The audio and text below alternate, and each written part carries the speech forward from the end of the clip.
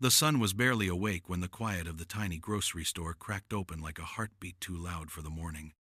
Rowan Hemsley stood on a worn, wooden stool, stretching for a dusty box pushed deep into the top shelf, his trembling fingers brushing the cardboard edge.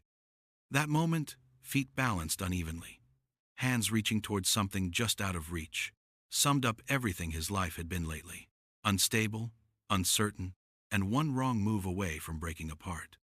And as the stool wobbled beneath him, Rowan felt the dangerous truth of it settle deep inside his chest, heavier than the box itself. Life had not been innocent for him in a very long time, and every tiny shift now carried the weight of consequences he could no longer outrun.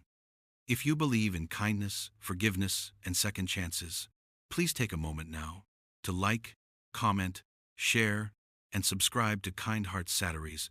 It truly helps keep stories like these alive. Rowan steadied himself, pushing the box back into place instead of taking it down. He had come for it earlier, convinced that inside those old records and receipts lay the proof he needed to fix the mess he created months ago. But fear gripped him, fear of what he might find, and fear of what it meant if he found nothing at all. The truth was, Rowan had made mistakes that echoed long after the moments he wished he could erase. Once a promising university student studying architecture, he had been derailed by one reckless decision, taking the blame for a group of friends who had vandalized a campus building. They swore they would step forward too, but when the accusations hardened into official charges, they vanished, leaving Rowan alone to face academic suspension and a shattered future. With no degree, no job prospects, and no money, Rowan had drifted back to his childhood town, a small place dusted with quiet streets and familiar disappointment. He took the only job he could find, stocking shelves in Ballow's Market, a little grocery store owned by an older woman named Marin Ballow, who hired him despite the rumors whispering behind him. She never asked questions, never judged, never even hinted at knowing what people said about him. She simply offered hours, a kind smile, and a key to the side door when she realized Rowan needed the early shifts to steady himself. But even kindness can feel heavy when a person doesn't believe they deserve it. Every morning, Rowan arrived before sunrise, unlocking the door as the town slept. The sound of metal turning in the lock gave him a sense of borrowed purpose. The store smelled of old wood, flour, and something soft and warm that reminded him of childhood mornings with his grandmother. Marin often arrived around 8, humming tunes from decades ago, bringing Rowan a thermos of coffee she brewed too strong, but offered with genuine thought. Still, even in this quiet place, Rowan was not free from his shadows. The weight of his past clung to him like a thread. He couldn't tear loose. He avoided eye contact, avoided small talk with customers, avoided anything that might expose the fragile scaffolding he was trying to build out of the ruins of his choices. On this particular morning, the wobbly stool beneath him felt like a warning. He stepped down, pressing his palms against his knees, steadying his breath. The bell above the door jingled softly, and Rowan stiffened before he even turned around. It was a teenage girl, Arden Loxley, thin as willow branches and just as bendable in the wind of life. She came almost every morning, always buying the same things: a small carton of milk and a single apple. Rowan sensed something in her, a quiet fragility that felt like looking into a mirror from years ago. But he never spoke more than necessary, afraid that whatever kindness he dared to offer might come out awkward or unwelcome. Arden avoided eye contact too. She placed the items on the counter, clutching a folded bill between her fingers in a way that made Rowan think she counted every expense twice, maybe 3 times. This morning, though, she did something different. She hesitated. "Is the owner here?" she murmured softly. "No," Rowan said, clearing his throat. "She comes later." Arden nodded, looking at the floor as though gathering courage from the tiles themselves. Can you tell her I'm looking for extra work? Anything. Cleaning, sorting, stocking. I can learn." Rowan stared at her, understanding that kind of desperation all too well. But before he could respond, The door opened again, letting in Marin Ballow's familiar warm presence. Arden stiffened, mumbled a quick thank you, and rushed out with her small bag of groceries hugging her side. Marin watched her leave, the lines on her face softening. "Hard times find the young faster than they should," she whispered. Then she turned to Rowan. "Are they finding you too, dear?" Her voice was gentle, but it pierced him anyway. Rowan swallowed. "I'm fine." Marin did not push. She simply nodded, placed the thermos of coffee on the counter, and went about her morning duties. But Rowan's chest tightened. People like Marin, kind people, made it harder to hide. It was easier when the world expected nothing from him. As the day stretched on, Rowan carried boxes, stocked shelves, swept the floors, and tried to shake the moment with Arden from his mind. But something about the look in her eyes, an unspoken plea, tangled with fear, clung to him like wet clothing. He had seen that look in the mirror on the night he signed his suspension papers. He had seen it again when he walked away from the university gates with nothing but a plastic folder and regrets. Maybe, he thought, his mistakes didn't have to end with him. Maybe they could teach him something, guide him toward being someone better than the boy who'd been too scared to fight for himself. The more he thought about it, the more restless he became. When, his shift ended, he found himself walking not home, not toward anything familiar, but toward the edge of town where he remembered seeing Arden sit after school sometimes. He didn't know what he would say, or if he would even find her, but something was pulling him there, something that felt strangely like purpose. And he did find her sitting on an old bench under the shade of a maple tree, clutching the apple from earlier but not eating it.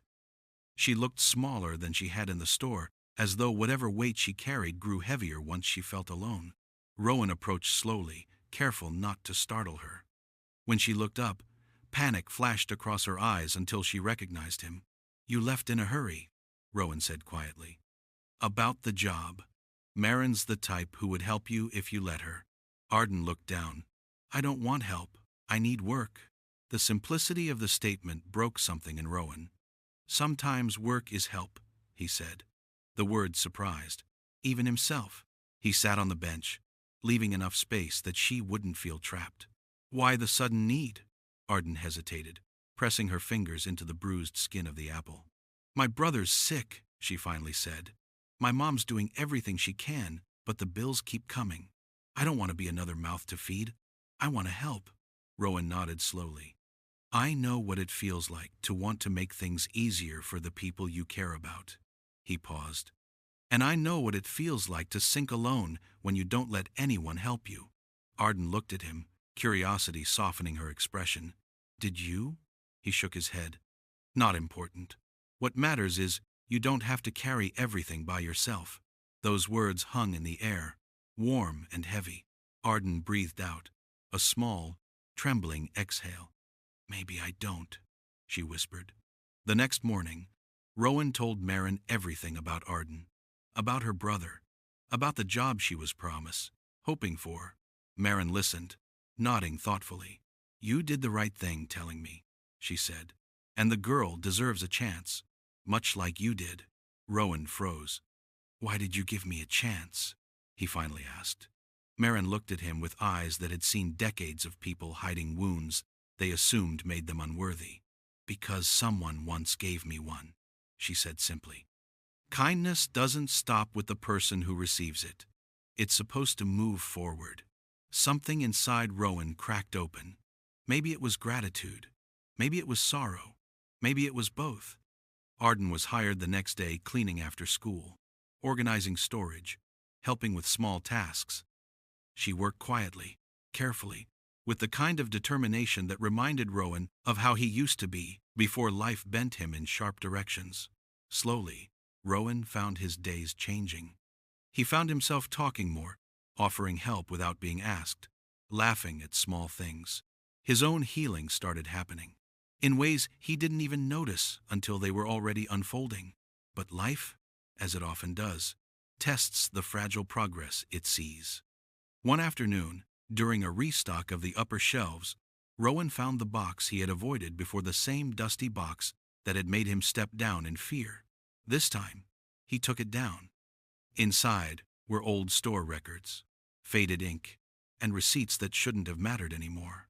But tucked between the pages was a folded letter, one that belonged to him. He had written it during his worst days, back when he considered running away entirely. Marin must have found it months ago. It contained every fear, every regret, every confession of how lost he felt.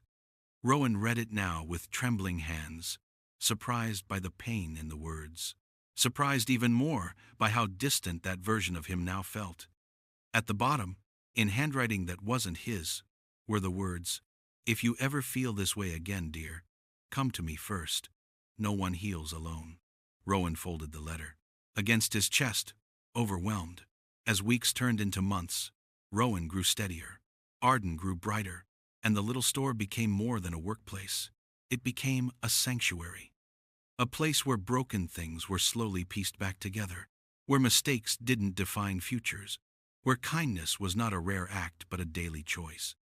Rowan eventually looked into programs for finishing his degree, and Arden's brother's condition stabilized enough that her mom could breathe again.